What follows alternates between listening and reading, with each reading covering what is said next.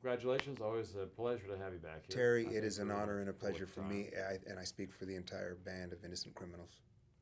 So let's talk about Call It What It Is, your newest record. Yeah. So, in some respects, this is you going back to your roots, getting back together with Very much so. the original band. But there's more to it than just that. So, how do you go back while at the same time going forward? Well, you hope you can go back with players whom you love and have played with for a decade or decades, and you hope the music that you're writing moves you forward. That's in the best case. Let's talk about the songs. Where did the inspiration come from for this particular collection of songs? For this particular collection of songs, I'll give you bookends to just sum it up, because all songwriters and musicians are ramblers. We're all midnight ramblers, and we'll talk till someone just turns off the tape, turns off the lights, and kicks you out. So I'm going to make it quick. The last song on the record is called "I Don't Know How to Say Goodbye to You," and that could be love and longing, it could be loss and longing, but it's about someone who just can't say goodbye to the past. And that's the last song on Call It What It Is. The first song is "Remember When Sex Was Dirty," which is kind of the autobiography of this band, because it's more to all the sons and daughters of the boulevard who learned to go without sleep and to hide all the scars, who believed in the vagrant on Hollywood and Vine when he said a mile of gold won't buy you an inch of time. I remember when sex was dirty and the air was clean, and that's kind of the trajectory of the Innocent Criminals from when we started till now. That's how much things have changed in our lifetime. Like marijuana is legal in certain states. When we got together, it wasn't. So that kind of tells the tale of our band. So those are just a couple of things that the record is about.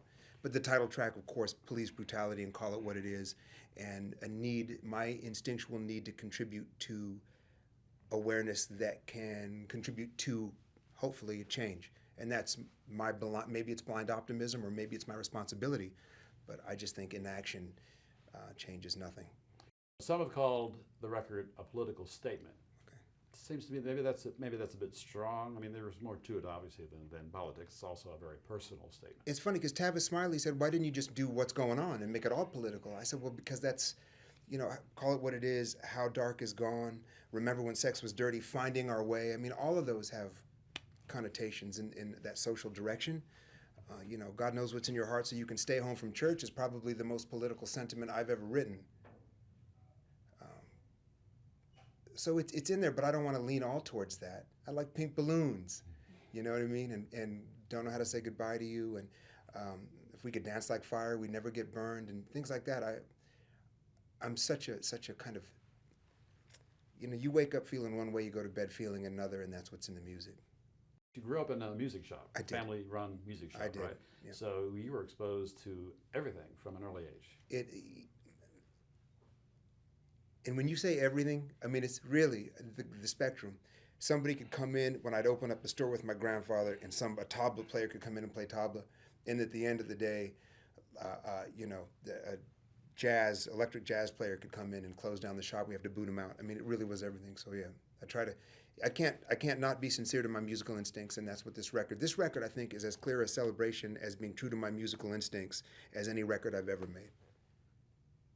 You started playing guitar when you were what, 4 or 5 years old, and then singing shortly after that, and getting up on a stage before you were even a teenager. So it's been in your DNA for a long, long time. Yeah, and a family of folk music and folk musicians, you just, every chance you get, you break out the guitar. So that's, yeah. As you grow, everything you take in differently.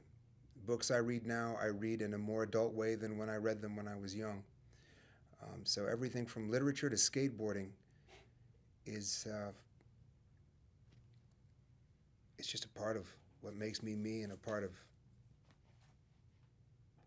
what keeps me interested and hopefully somewhat interesting, although that's a stretch. However, also being a dad too. I mean, being a dad is just that pulls you right into the absolute meaning of all of it. Not that you have to be a dad to tap into the meaning of all of it. I know some friends with no kids, and they've got it all figured out too. There's no rules to that thing. Sometimes I think believing in love is better than believing in God, because I think I've grown more in the name of love than anything else. It's taught me more about myself. Love is the ultimate slap down and the ultimate lift. It's just, I've learned that if it weren't for love, losing and regaining. I'd be nothing, have nothing to write about. The most I've ever learned about life and myself is through love. And that, I know that probably sounds like a goddamn Hallmark card, but it's just the truth, man. It's just I didn't write this shit. It's just what it is.